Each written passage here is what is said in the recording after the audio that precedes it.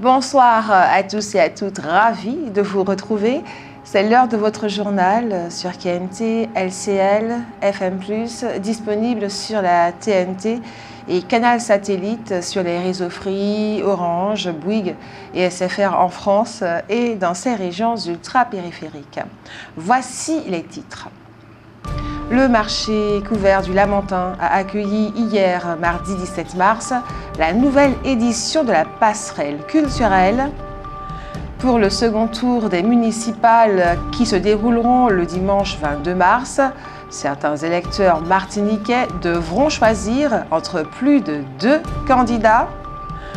Dans votre avis compte, les Martiniquais iront-ils davantage voter dimanche prochain? Vos réponses dans un instant. Et en fin de journal, le savoir et réfléchir de Roland Laouché s'intitule « Armes atomiques, seconde partie ». Voilà pour les titres. Et pour commencer ce journal, la pensée du jour. Lorsque nous nous concentrons sur l'abondance, nous voyons l'abondance dans notre vie. Lorsque nous nous concentrons sur le manque, notre vie nous semble vide. En réalité, cela ne dépend que de la direction de notre regard. Quand il est indiqué à consommer jusqu'au sur l'emballage d'un produit, cela veut dire que l'aliment ne peut pas être consommé au-delà de cette date. Le consommer est donc dangereux pour la santé. On parle à ce moment-là de la DLC, date limite de consommation. Parlons maintenant de la qualité de l'air. L'air aujourd'hui est moyen, il en sera de même demain.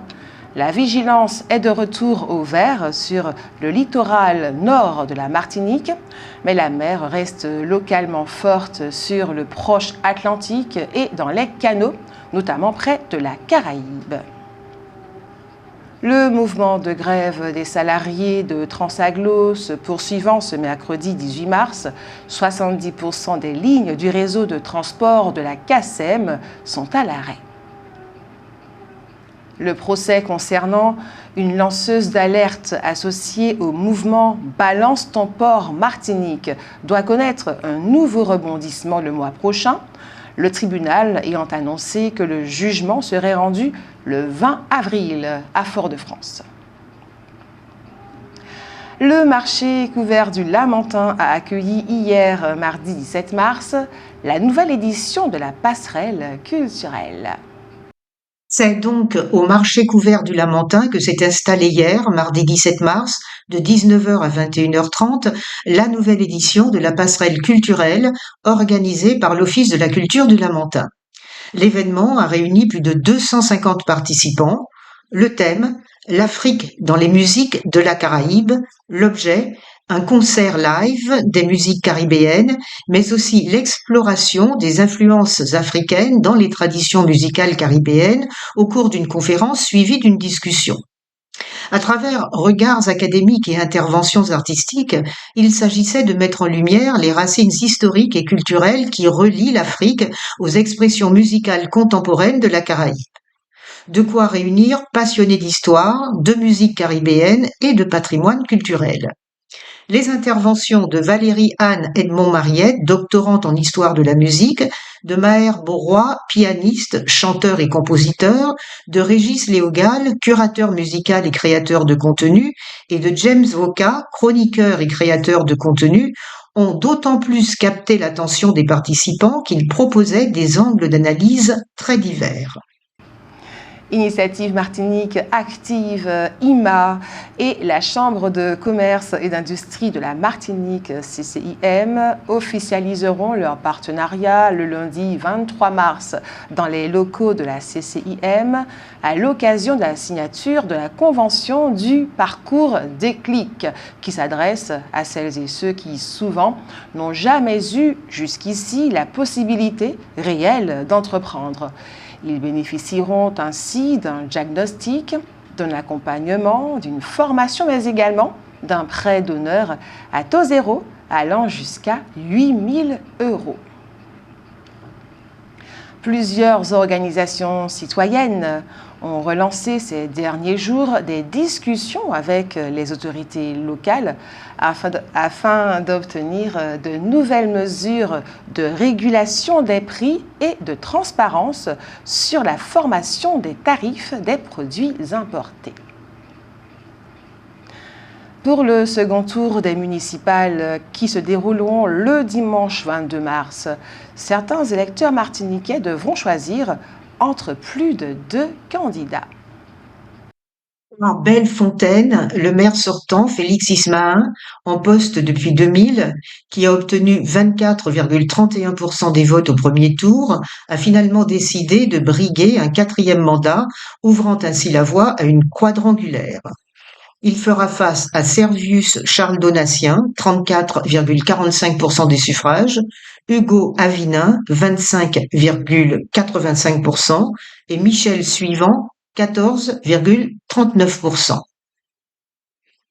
À Ajoupa-Bouillon, une triangulaire opposera Thierry Joachim, 36,2% des votes au premier tour, Lucia Farose, 33,76%, et Lydia Bezube, 22,22%. Triangulaire également au Carbet, où la liste Le Carbet d'abord, conduite par Louis Boutrin, s'est retirée sans donner de consigne de vote. Reste donc en lice Gérard Moustin, 32,30% des suffrages, Jean-Claude Écanville, le maire sortant, 31,19% des votes, et Louis-Georges Griffith, 26,42% des voix. À Fort-de-France, la bataille se jouera aussi à Troyes.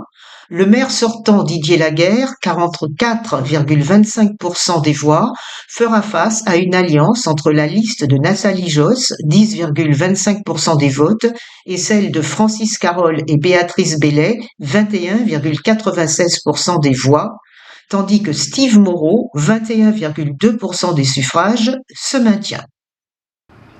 Et dans les autres communes dont les électeurs n'ont pas choisi leur maire dès leur premier tour, le second tour prend la forme d'un duel. Aux Anses d'Arlay, fusion de l'Alliance arlésienne de David Dinal et du mouvement arlésien socialiste du maire sortant Eugène Larcher. Ce dernier, qui a obtenu 44,75% des voix au premier tour, affrontera Michael Charmet, 31,26% des voix. Au Gros-Morne, Gilbert Couturier, le maire sortant, 48,18% des voix au premier tour, fera face à Audrey Tally-Bardol, 31,88% des suffrages exprimés, dont la liste a fusionné avec celle de Jonathan Tabar, 19,94% des votes. Au Marigot, duel très serré entre le maire sortant, Joseph Péraste, 33,46% au premier tour, et sa principale opposante, Cynthia Hierro, 32,35%. Les deux autres candidats, également qualifiés au premier tour, se sont retirés sans donner de consigne de vote. Au Morne Rouge, Hilario Henry ayant décidé de ne pas maintenir sa candidature, les électeurs devront choisir entre la maire sortante, Génie Dulis-Petit, 39,71% des voix au premier tour, et Andrea Mosol, 42,97% des suffrages. Au Prêcheur, face à face entre Guylaine Joseph Angélique, 39,57% des voix, et Roger Nadeau, qui, ayant déjà été maire de la commune, a obtenu 30,82% des suffrages.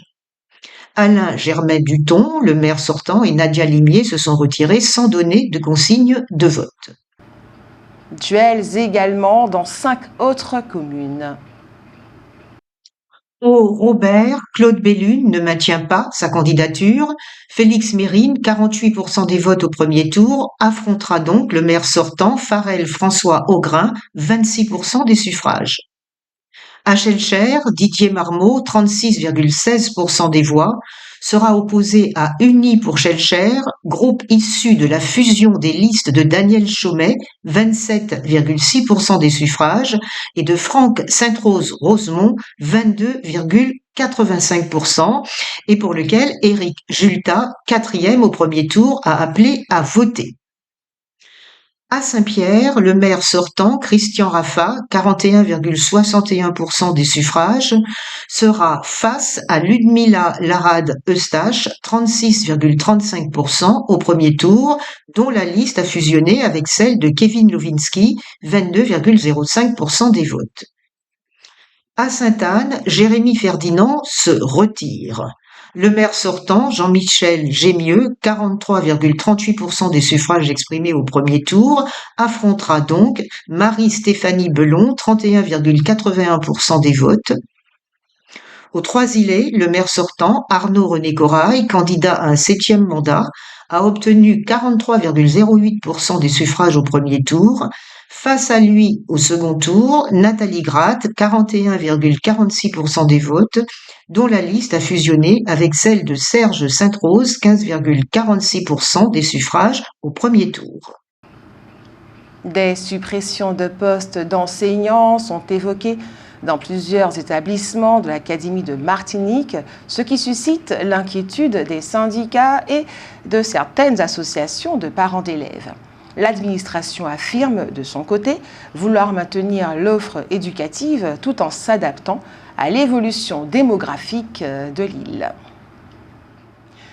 La guerre en Iran et le blocage du détroit d'Ormuz ont fait exploser les primes d'assurance risque de guerre sur le transport maritime dans le Golfe, au point d'augmenter le coût déjà élevé du fret pétrolier. Depuis le début du conflit, le détroit d'Ormuz, principale artère du commerce maritime de pétrole, est considéré comme une zone à très haut risque. Téhéran affirmant en contrôler le passage et certains généraux menaçant de brûler tout navire qui tenterait de le franchir. Les assureurs maritimes ont immédiatement activé les clauses de résiliation prévues dans leur contrat. Les garanties risques de guerre existantes continuent de couvrir pour quelques jours seulement les navires déjà présents dans la zone, mais elles sont dénoncées ou renégociées pour tous les autres avec un préavis de 48 heures à une semaine. Résultat, pour continuer à naviguer dans le golfe Persique et les zones voisines, les armateurs peuvent toujours s'assurer, mais à des tarifs sans commune mesure avec ceux d'avant-crise. Selon un grand courtier maritime, les primes ont été multipliées par 5 à 10 en quelques jours. La surprime de guerre, qui représente en moyenne 0,15% de la valeur du navire, tourne désormais autour de 1%, avec des garanties limitées dans le temps, 7 à 14 jours, et révisables quasi au jour le jour en fonction de l'évolution du conflit. Avec l'extension géographique des hostilités, les assureurs ont élargi la liste des zones considérées comme en guerre ou à très haut risque. Au-delà du détroit lui-même sont désormais concernés la quasi-totalité du golfe Persique, mais aussi des régions déjà fragilisées comme la mer Rouge, les abords du Pakistan ou une partie de l'océan Indien. Chaque extension de zone se traduit par une résiliation des anciennes garanties et une nouvelle flambée des primes pour les navires qui s'y trouvent ou qui souhaitent y entrer. Face au risque de voir une partie du trafic pétrolier à l'arrêt faute d'assurance abordable, le président Donald Trump a annoncé une initiative inédite, offrir une couverture d'assurance à un prix très raisonnable, assortie si nécessaire d'escortes navales pour les pétroliers et navires transportant de l'énergie. Attentifs aux fluctuations du marché européen, les professionnels de la filière banane évoquent la nécessité de maintenir les aides et de moderniser les exploitations afin de rester compétitifs face aux productions d'Amérique latine. Les autorités de santé rappellent l'importance de la vigilance face aux maladies saisonnières. Les professionnels signalent une circulation active du virus respiratoire et invitent la population à adopter les gestes de prévention habituels afin de limiter la propagation. Drones, véhicules volants, aéronefs électriques à décollage et atterrissage verticaux et autres appareils volants en dessous de 3000 mètres d'altitude constituent ce que la Chine désigne sous le nom d'économie de basse altitude. La Chine a été le premier pays à investir massivement dans ce nouveau secteur d'activité. Les dirigeants chinois voient en effet dans l'économie de basse altitude une industrie émergente stratégique qui stimule l'innovation industrielle et les applications concrètes. Elle permet de réaliser des percées dans des secteurs émergents tout en comblant les lacunes de l'aviation générale. La Chine s'est assurée l'initiative en matière de brevets dans ce domaine grâce à des percées en recherche et développement qui tirent parti de ce que son industrie réalise déjà. Ainsi, la chaîne industrielle des véhicules volants est à 85% liée aux automobiles électriques dites intelligentes. Aujourd'hui, la Chine possède la chaîne d'approvisionnement en batteries électriques la plus complète et la plus sophistiquée au monde. Il s'agit donc pour elle d'adapter les technologies des systèmes électriques de l'automobile aux aéronefs à basse altitude. L'idée est également de tirer parti des chaînes d'approvisionnement automobiles pour faire baisser drastiquement le coût des véhicules volants électriques. Le marché chinois de l'économie de basse altitude a dépassé les 62 milliards d'euros et devrait atteindre d'ici 2035 les 432 milliards d'euros. Avec un territoire de 9 600 000 km², le potentiel économique de l'espace aérien chinois à basse altitude est en effet immense. Et c'est ainsi qu'est née à Guangzhou la première usine moderne au monde, intégrant à la fois les normes de fabrication aéronautique et la capacité de production automobile de masse. Cette usine est spécialisée dans le développement d'un Land Aircraft Carrier modulaire, un véhicule hybride combinant un monospace terrestre à 6 roues et un module aérien qui doit être déployable en 5 minutes. L'objectif, être capable de produire 10 000 unités par an, des livraisons à grande échelle étant prévues dès cette année. La Chine est d'ores et déjà le premier marché mondial des drones grand public, avec un chiffre d'affaires dépassant le $1,5 milliard. L'entreprise chinoise Ji détient par ailleurs 70 à 85% des parts du marché mondial des drones grand public, ainsi que plus de 50% des parts de marché dans les applications industrielles telles que l'agriculture, la topographie ou la sécurité. La Confédération africaine de football, CAF, a annulé la victoire du Sénégal lors de la finale chaotique de la Coupe d'Afrique des Nations de janvier, attribuant le titre au pays hôte, le Maroc. Elle a en effet déclaré le Sénégal forfait pour la finale après que ses joueurs eurent brièvement quitté le terrain pour protester contre un pénalty accordé au Maroc dans les dernières minutes du match. Les joueurs sénégalais sont revenus plus tard et le match a repris, mais leur victoire 1-0 en prolongation devient maintenant une victoire 3-0 par défaut pour le Maroc. Le Sénégal a annoncé qu'il ferait appel de la décision.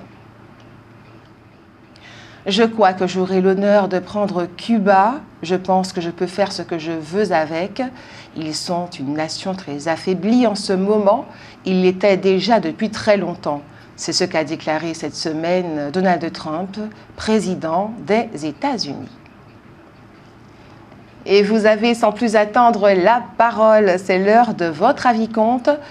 Les Martiniquais iront-ils davantage voter dimanche prochain? Nous vous écoutons.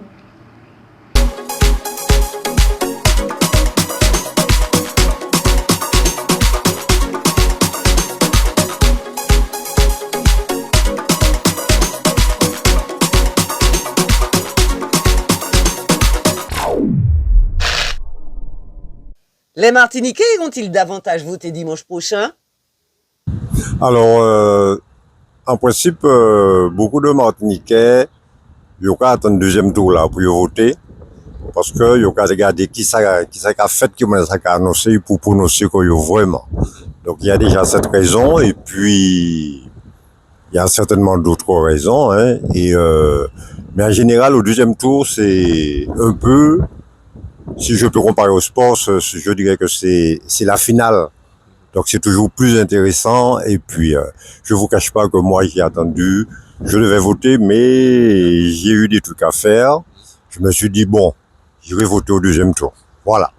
Ils ont de bonnes raisons de s'investir dans le vote municipal cette année. Alors pour ceux qui ne se sont pas investis ou engagés au premier tour, c'est-à-dire dimanche qui vient de se passer là, ils ont tout intérêt à tout niveau de venir se présenter effectivement au deuxième tour. Parce que c'est très essentiel effectivement pour ce devoir civique que chacun se doit d'honorer. Ça dépend, je pense que ça dépend des communes. Peut-être que dans Fort-de-France, peut-être qu'on peut voir un sursaut de la population. Mais sinon, voilà. Oh, ça m'étonnerait, donc on verra bien. Les Martiniquais vont-ils davantage voter dimanche prochain? Il faudrait, et puis je dirais que ça dépend des communes, ça dépend des enjeux qu'il y a dans certaines communes. Je pense que oui. Parce que c'était un petit peu serré. Il lui manquait pas au maire de Monsieur Laguerre grand-chose. Non, et je pense qu'il y aura beaucoup plus de monde et puis voilà. À mon avis, non. Non. Hein? Parce qu'il y a un désintérêt de la politique, voilà. Politique, je sais rien dans ça. Alors, je peux pas vous dire, sincèrement. C'est pas un truc qui t'intéresse? Non, pas du tout. Pourquoi? Parce que j'aime pas ça, c'est tout. Je pense que oui, puisque bon, ils attendent justement le premier tour pour pouvoir savoir où se situer pour le secours, voilà. Ouais. Je pense que oui, ouais. Oh, j'ai envie de dire oui, mais j'ai un doute quand même. Hein. Pourquoi? Parce que les gens sont dégoûtés par le vote, c'est ça le problème. Et c'est toujours les mêmes qui sont élus à chaque fois. Il n'y a rien qui bouge. C'est ça. Disons que j'ai eu l'occasion de discuter avec mes amis. Apparemment, ils ne vont pas au deuxième tour. Hein. Moi, je leur dis qu'il faut y aller. Hein. Donc, je sais pas, on verra. Hein.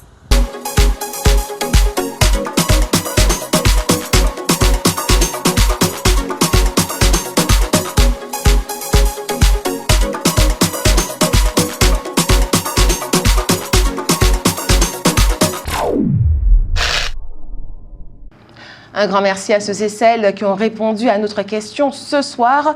Retrouvons sans plus attendre le savoir et réfléchir de Roland Laouché, Armes atomiques, deuxième partie.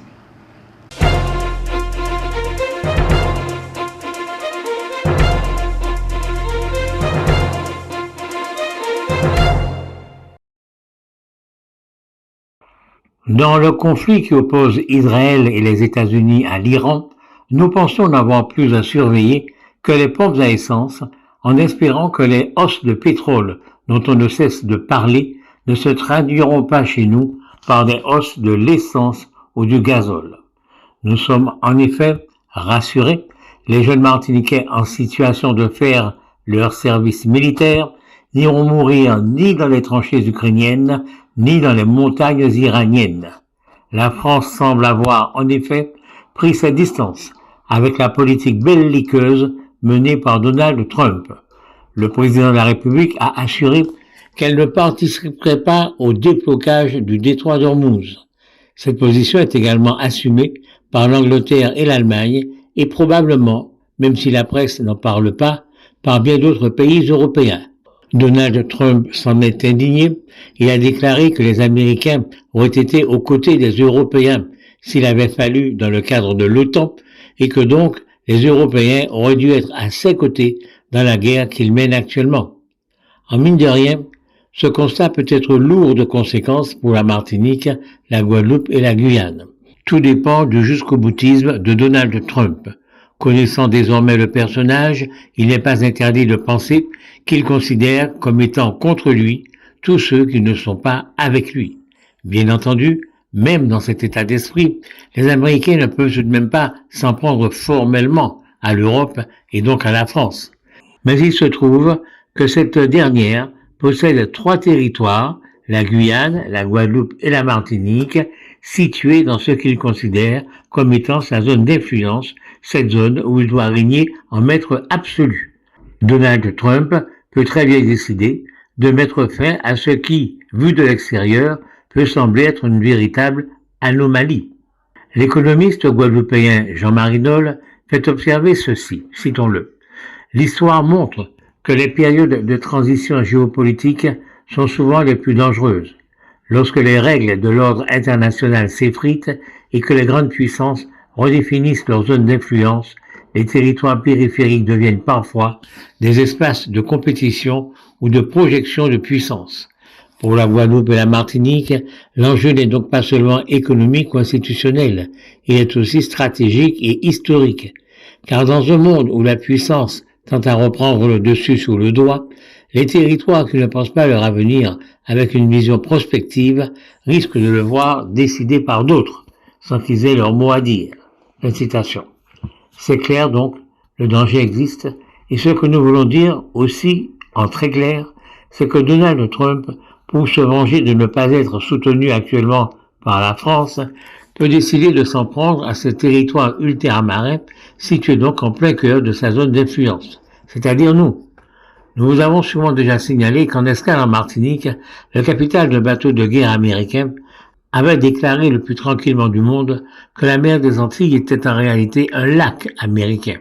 C'était il y a bien longtemps, mais ça peut se rejouer aujourd'hui avec un président américain qui revendique rien moins que le Canada et le Groenland et qui désormais en veut à la France. Nous y reviendrons. Et après le savoir y réfléchir de Roland Laouché, dans la rubrique santé, il est question ce soir de prothèses audio. Symbole du vieillissement, on dit encore que les Français n'osent pas, qu'ils ont honte de porter un appareil auditif en public. Mais est-ce bien vrai? C'est ce que dénonce l'association Surdit 13 de défense des devenus malentendants ou sourds, chiffre de l'INSEE à l'appui, et autres résultats de sondage. Selon l'INSEE, sur les 6 millions de malentendants, seul 1,1 million étaient équipés d'un appareil auditif en 2009. Les Français font partie des Européens les moins appareillés, loin derrière le Danemark, la Norvège, le Royaume-Uni, la Suède, les Pays-Bas, la Suisse, l'Allemagne, la Belgique, l'Italie et même l'Espagne. La gêne de porter un appareil n'est pas la raison. Selon l'enquête Eurotrack 2012, ce frein est l'une des 10 principales raisons de ne pas s'équiper pour les Italiens, les Allemands, les Anglais, les Japonais et les Norvégiens, mais pas pour les Français qui sont les seuls à déclarer le reste à charge financier comme un frein majeur. L'importance de cet obstacle financier a été confirmée par les résultats d'une enquête présentée lors de la dernière journée nationale de l'audition. Certaines mesures ont été soulignées par le conseil d'administration de Surdit 13. Premièrement, étaler le paiement de la maintenance. Deuxièmement, faciliter l'accès aux assistants d'écoute. Faciliter l'achat sur Internet d'audioprothèses flexibles. Ensuite, développer les réseaux de soins afin d'encadrer les malentendants et de les aider dans leur démarche. Et finalement, rendre l'affichage des prix systématique. Car bien que ces produits soient des produits remboursés par la sécurité sociale, les prix dans les vitrines des magasins doivent être clairement affichés. Et il en est de même des prix des prestations pratiquées par les audioprothésistes dans les salles d'attente. Une telle démarche facilite la transparence et la concurrence. Voilà, c'est la fin de ce journal. Merci à vous de l'avoir suivi. Merci de votre fidélité. Ce journal a été réalisé avec la participation de Jordan Adélaïde, Jean-Michel Césaire, Jenny Georges, Alain Jean-Paul, Daniel Jazz, Sarah Verne, Hugues Blandy, Marie-Josée Joseph, Simao Laouché et Roland Laouché. Il est diffusé à 18h30, 20h, 22h et demain 6h25. Il est également disponible en multidiffusion sur la TNT et Canal Satellite, sur les réseaux Free, Orange, SFR et Bouygues en France. Vous pouvez revoir votre journal sur notre site kmttelevision.fr. Je vous souhaite une agréable soirée. Prenez soin de vous. Je vous dis bien sûr à demain et que Dieu garde la Martinique.